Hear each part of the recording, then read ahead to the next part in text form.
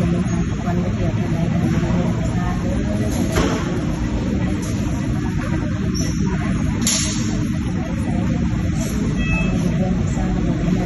ได้ความจะเที่ยวกันเลยเอามาได้เขาอย่างที่บอกเมื่อกี้นี้ผู้ที่มองมาท่านบอกว่าอันนี้ก็กระดูกคอพอมันหักเกิด3 ท่อนผมแล้วเราบอกว่าความดันก็ต่ำน้ำตัวนี้หลายยาเพิ่มความดันแล้วนะแต่ว่าหมอบอกว่าถ้ายังก็มีโอกาสกลับไปร้อยนี้กับบ่ร้อยเราบอกว่าเพราะว่ากระดูกคอมันหักกระเด็นมันคุมไปแถวทางเดินไงโปรการหายใจหายใจนี่ก็มีโอกาสติดเตียง100%เป็นบอกว่าอีกอย่างต้องยังก็เป็นบอกว่าต้องในเจาะคอนะเพราะว่าเป็นหายใจเองไม่ได้เส้นประสาทเป็นตายเบิดเด้ก็คือว่าไงคือพอเขามีโอกาสติดเตียงคือสูง100%เลยแหละตอนนี้ก็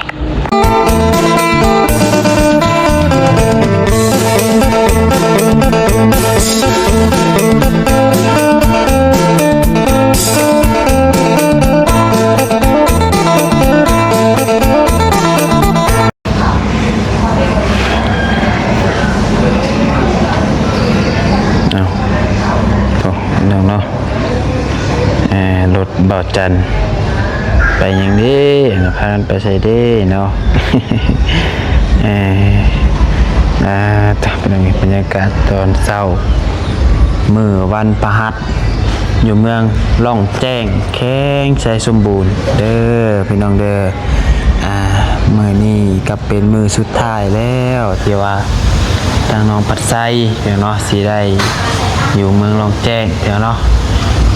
หรือว่ามื้อนี้เป็นมื้อเดินทางกลับบ้านพี่น้องเอ้ยวันที่2เนาะ กำลังเตรียมตัวอาบน้ำอาบในหาแล้วเนาะทางเขาเบาเงาทางลูกพี่เพิ่นตื่นพี่น้องเอ้ยก็สิได้พากันไปล่ำลาสาวพรแล้วก็สิออกเดินทาง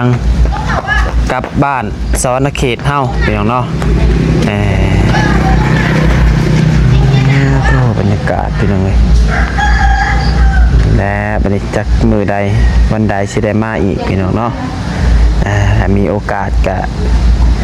สิมาอีกอยู่พี่น้องเนาะถือว่าบรรยากาศทางนี้นี่ดีหลายพี่น้องเอ้ยเนาะคักแต่ก็หมดเวลาเฮาแล้วพี่น้องเอ้ยกลับมาสู่เวียกสู่งานทางบ้านทางเฮือนใหม่พี่น้องบัดนี้ก็ได้เนาะเอามาพี่น้องเอ้ยเดียวหนังโอ้ร่วมกันก่อนจังหน่อยเป็นเนาะแป๊บนึงโอเค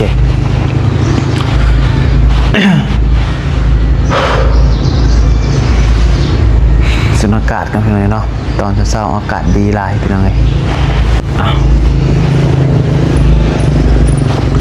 โดยกับทักทายสบายดีสวัสดีพ่อแม่พี่น้อง FC เบิร์ดสุขูสุคนเบิร์ดสมองสุบอนเด้อบ่ว่าสิอยู่ฝั่งลาวฝั่งไทยหรือว่าไปอยู่ทางต่างประเทศเนาะยินดีต้อนรับเข้าสู่ช่องสายครบสายบุญอีกแล้วพี่น้องเอ้ยโดยพี่น้องเนาะมาพบพ่อกันกับน้องปัดไซมื้อนี้กับ FC หลายคนเนาะเพิ่นก็ถามมาหลายว่าเป็นจังได๋อาการพ่อเฒ่าตัวพ่อน้องเบลล่าสุดนี้เพิ่นฟื้นแล้วบ่คือว่าเป็นจังได๋นี่น้องปัดไซว่าเนาะก็ตามที่น้องปัดไซรวมกับถามน้องเบลเมื่อคืนนี้คร่าวๆก็ทางน้องเพิ่นก็ว่ายังเป็นยังบ่ทันฟื้นเป็นจังได๋ก็อาการก็ยังน่าเป็นห่วงหลายนั่นแหละพี่น้องเนาะเพราะว่าเพิ่นยังอยู่ห้องอีหยังเดี๋ยวน้องเบลว่าวันนี้นะห้อง ICU จังนี้แหละพี่น้องเนาะเห็นน้องปัดไซแผ่นนึงเปิดสัญญาณก่อนเดี๋ยวสิให้ FC ฟังกันก่อนนะพี่น้องว่าเพิ่นชมมาบอกว่านี่นะพี่น้องเนาะอาการพอเฒ่า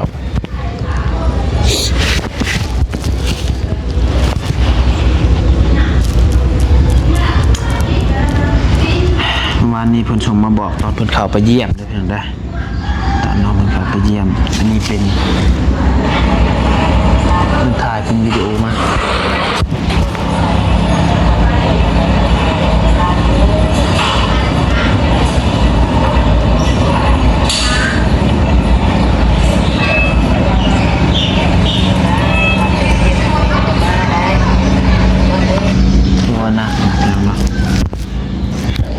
เขาอย่างที่บอกเมื่อกี้นี้ผู้ที่หมอมาท่านบอกว่าอันยังก็กระดูกคอพวกนี้มันหักเกิด3 ท่อนผมแล้วเราบอกว่าความดันก็ต่ำน้ำตัวนี้หลายยาเพิ่มความดันแล้วนะแต่ว่าหมอบอกว่าถ้าให้ยังก็มีโอกาสกลับไปร้อยนี้กับบ่ร้อยเราบอกว่าเพราะว่ากระดูกคอมันหักกระเด็นคุมบดแถวทางเดินไงโปรการหายใจหายใจนี่ค่ะมีโอกาสติดเตียง100%เป็นบอกว่าอีกอย่างต้องยังก็เป็นบอกว่าต้องได้เจาะคอนะเพราะว่าเป็นหายใจเองไม่ได้เส้นประสาทเป็นตายเบิดเด้ก็คือว่าไงคือพอเขามีโอกาสติดเตียงคือสูง100%เลยแหละตอนนี้ค่ะ โอ้ยน้องเนาะคือน้องๆผู้ชมมาบอกก็คือว่าโอกาสที่ว่าเพิ่นสินอนติดเตียงนะพี่น้องเนาะถ้ารอดกะยากแล้วกับเปอร์เซ็นต์ที่ติดเตียงนี่ก็สูงพี่น้องเอ้ยเนาะ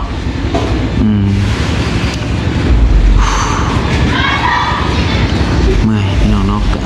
ขนาดน้องปลาไส้กะก็บ่แม่นลูกเต้าเพิ่นแท้ๆนะพี่น้องเนาะกะยังต้นพี่น้องเนาะแบบเขาเข้าใจได้พี่น้องครับว่าหัวอกคนเป็นลูกเป็นเต้านี่นะพี่น้องเนาะอีต้นนั่นแหละเนาะครอบคนที่เฮาฮักคนในครอบครัวเฮาเป็นกะจักสิว่าแนวใดพี่น้องเนาะตอนช่วงที่แม่น้องปลาไส้ปาดน้องปลาไส้ปาดซื่อๆนะพี่น้องเนาะปาดนะเอาหมดออกบนลูกออกนั่นนี่สิน้องปลาไส้ก็ยังนอนบ่รับพี่น้องเนาะหายน้ำเมอีต้นเมพี่น้องเอ้ยนี่ก็เดือนหน้านี่ก็เพิ่นก็สิปาดนี่ก็จักสิเป็นแนวใดพี่น้องเอ้ยเทื่อที่3แล้วนี่น้องปลาไส้ก็ได้นี่ก็คือลายอยู่น้องปลาไส้นอนแต่ละมื้อก็จักสิหาทางแนวใดพี่น้องเนาะก็ได้แต่ภาวนาให้ปาฏิหาริย์มีพี่น้องเนาะให้เพิ่นเศร้านะพี่น้องเอ้ยบ่อยากให้เพิ่นปาดบ่อยากให้แม่ปาดนี่พี่น้องเอ้ยเพราะว่าย่านเพิ่นปาดรอบ3จักสิเป็นแนวใดแค่ว่าปาดมาแล้วกลับมาแข็งแรงคือเก่าก็ยังไข้พี่น้องเนาะก็ได้แต่ภาวนาหั่นแหละพี่น้องเอ้ย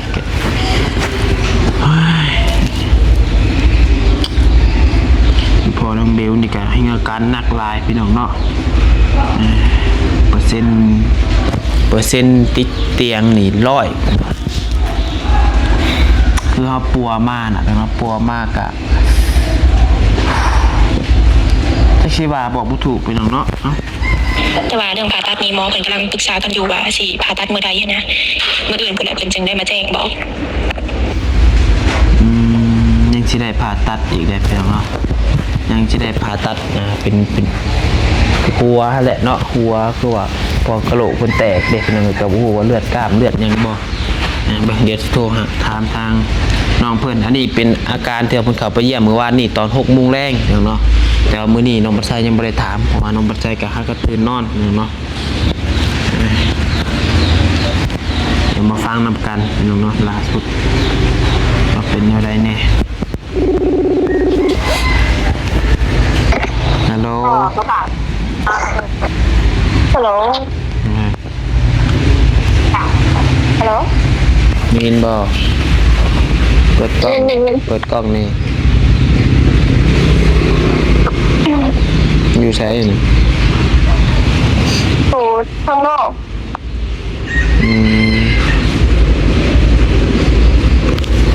สบายดีป้าลุงเนี่ยเด้อไปดีมันจะเป็นนอนหมูบนอนอยู่ในโต๊ะอยู่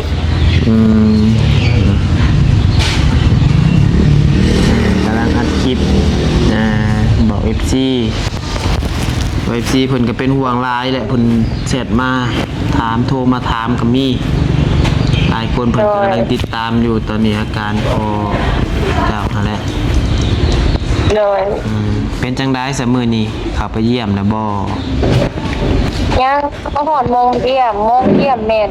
12 โมงบ่ายโมงให้1 ชั่วโมง12 โมงเที่ยงพุ่นโดยเพราะว่ามื้อนึงให้เยี่ยม2 เทื่อก็คือช่วง12 โมงกับช่วง6 โมงแลง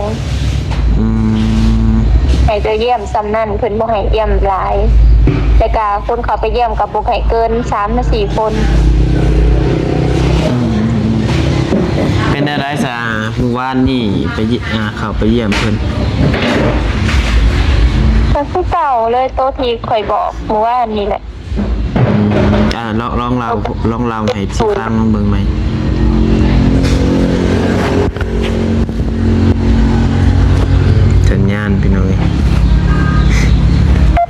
สัญญาณนี่ใช้ก็ได้เนาะโอ้ย หมอเพิ่นว่ากระดูกต้นคออะฮะ โดยสัญญาณบ่ได้นะ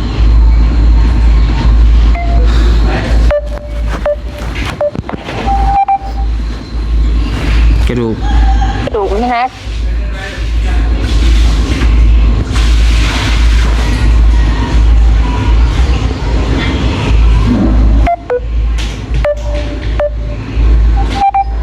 โอ้ยสัญญาณกันเนาะ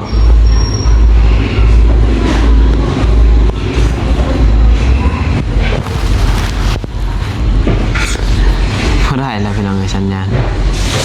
นี่เด้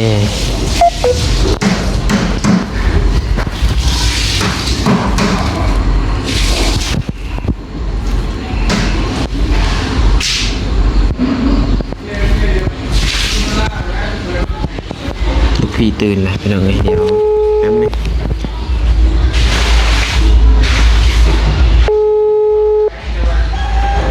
เดี๋ยวต้องหาน้องคนใหม่ก่อน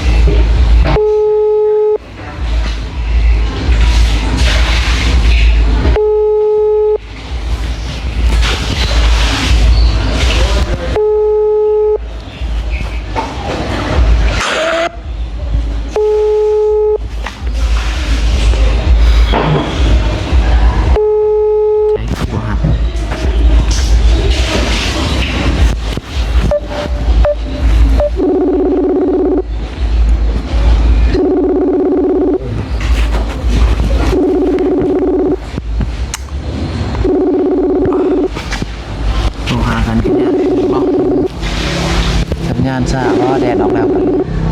แสบพัดตา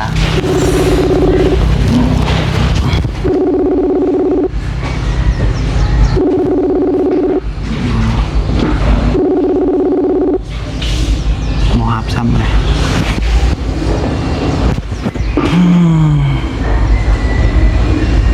เอายังไงต่อเนาะ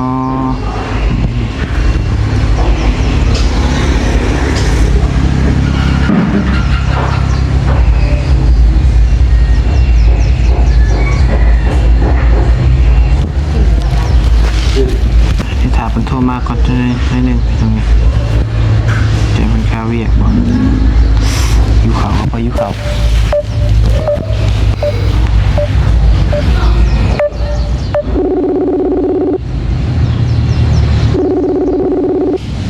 หมอหับครับ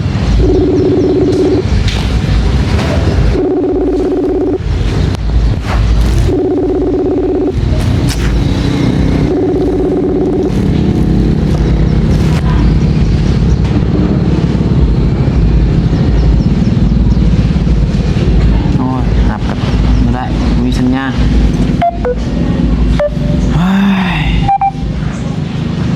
โทรทางเบอร์เจ้าคือบุฮับใส่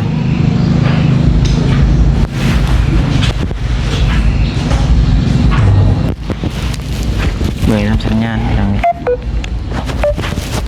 เมื่อคืนนี้ก็โทรได้อยู่งานบ่ได้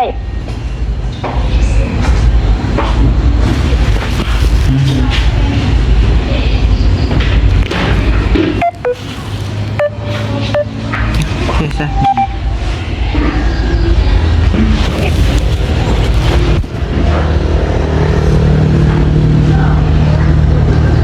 โอเคโทรบ่ได้พี่น้องเนาะมีสัญญาณเลยเอาเดี๋ยวน้องปัดไซสิเราสุพังนะพี่น้องก็คือตามพี่น้องปัดไซเปล่าพอการพอน้องเบลคนตอนนี้ก็ยังบ่ทันฟื้นได้เพียงเด้อยังบ่ทันฟื้นและก็ทางหมอเพิ่นสิผ่าตัดพี่น้องเนาะผ่าตัดเปอร์เซ็นต์ที่ว่าเพิ่นสิกลับมาปกตินี่ก็ยากพี่น้องเอ้ยมีแต่โอกาสติดเตียงนี่จากว่า100พุ่นแหละพี่น้องเนาะตามที่น้องเบลเพิ่นบอกมานี่ก็ได้น้องบัจจัยสิคืนคลิปให้เบิกเป็นตัวสิเพิ่นชมมา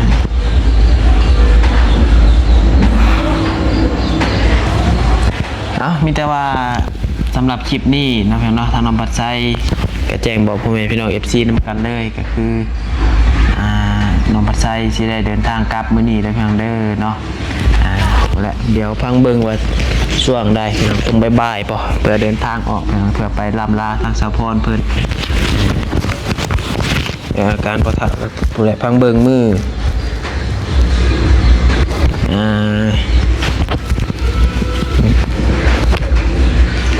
ทางเบิ่งน้องบัดไซเมื่อฮอดโชว์เมื่อมื้อนี้มืออื่นพุ่นแหละเพื่อฮอดก็ได้เพียงเนาะมื้ออื่นน่ะแต่ช่วงแรงๆฮอดอ่ะบ่ช่วงแรงก็ช่วงบ่ายมื้ออื่นฮอดมื้อฮื้อน้องบัดไซสิขามไปมุกน้องสิขามไปเยี่ยม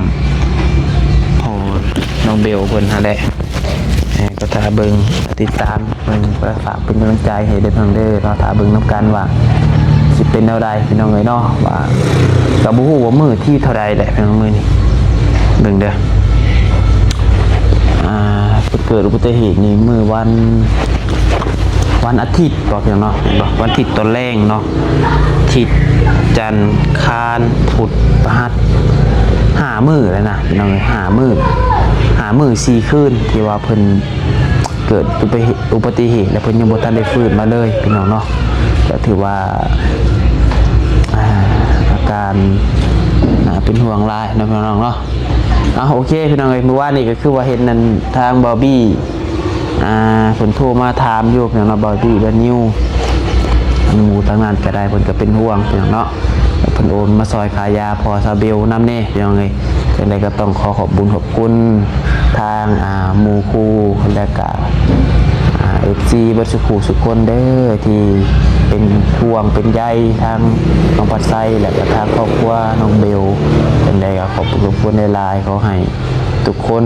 ก็มีแต่ความสุขความเจริญเด้อความเจ็บจะได้ความขายจะมีปรารถนาสิ่งใดก็ให้ได้สิ่งนั้นบัดสุขคนเนาะที่สำคัญก็ขอบคุณผู้รักผู้ใหญ่ที่ช่วยเหลือค่ายาพอน้องเบลเพิ่นขอให้อยู่ดีมีแรงความเจ็บอย่าได้ความขายอย่ามีปรารถนาสิ่งใดก็ขอให้ได้สิ่งนั้นจงความมุ่งมั่นปรารถนาอย่าเจ็บอย่าจนร่ำรวยเป็นเงินรองใต้ก็ขอให้เดินทางตลอดปลอดภัยสายมาตานีก็ขอให้กลับคืนไปหาทางเมลอยเท่าพันเท่าแสนเท่าเด้อสาธุไปพี่น้องเอ้ยเดี๋ยววันนี้น้องมัดไซสิไปเก็บเครื่องเก็บของเตรียมตัว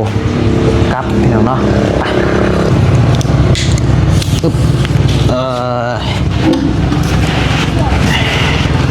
ตั้งลูกพี่ยาวก่อนแล้วเราบอก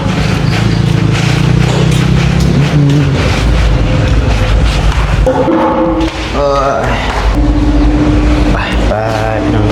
ได้แล้วบอยไม่ได้ก็ได้ฮะได้เลยหัวใจก็อยู่บ้านหัวใจอยู่บ้านเลยพอแล้วหัวใจหอดก่อนเนาะพอแล้วเฮาให้หอดแต่ปุ๊บมือมาปุ๊บเก็บของเนาะโดยเข่าบ่แม่นี่เข่าอยู่บ่ภาษากระหัดเป็นอะไรถอดมากี่กึ๊บกดบ่กดสอดบ่ตึ๊บโอ้โหตึ๊บว้ายตัวมันก็เต็มไว้แท้ตัวถอดดูนะถอดบ่แล้วอะไรอยู่บ่ได้